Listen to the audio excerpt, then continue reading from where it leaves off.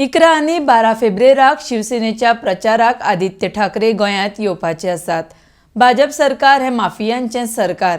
इतले आरोप घोटाळे नावार आशिल्ल्या सरकाराक गोंयची जनता भायर मारतली म्हण शिवसेनेचो गोंय राज्य प्रभारी संजय राऊत उलयला। RDX गोवा खातीर वास्कोच्यान प्रसाद नायक।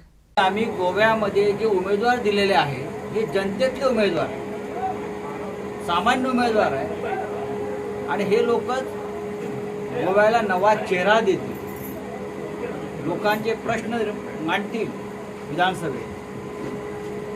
11 आणि 12 तारखेला आदित्य ठाकरे येत आहेत प्रचारासाठी। स्वतः महाराष्ट्रातून काही मंत्री येत आहेत प्रचारासाठी।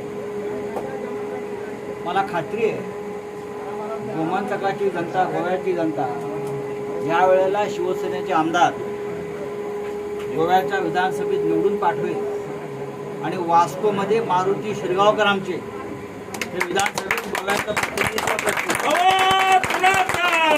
सरकार होतं भाजप सरकार होतं आणि भाजप सरकार म्हणतो की यावेळी ते 22हून जास्त निवडून येणार। भाजपचं सरकार नव्हतं तर माफियांची टोळी होती।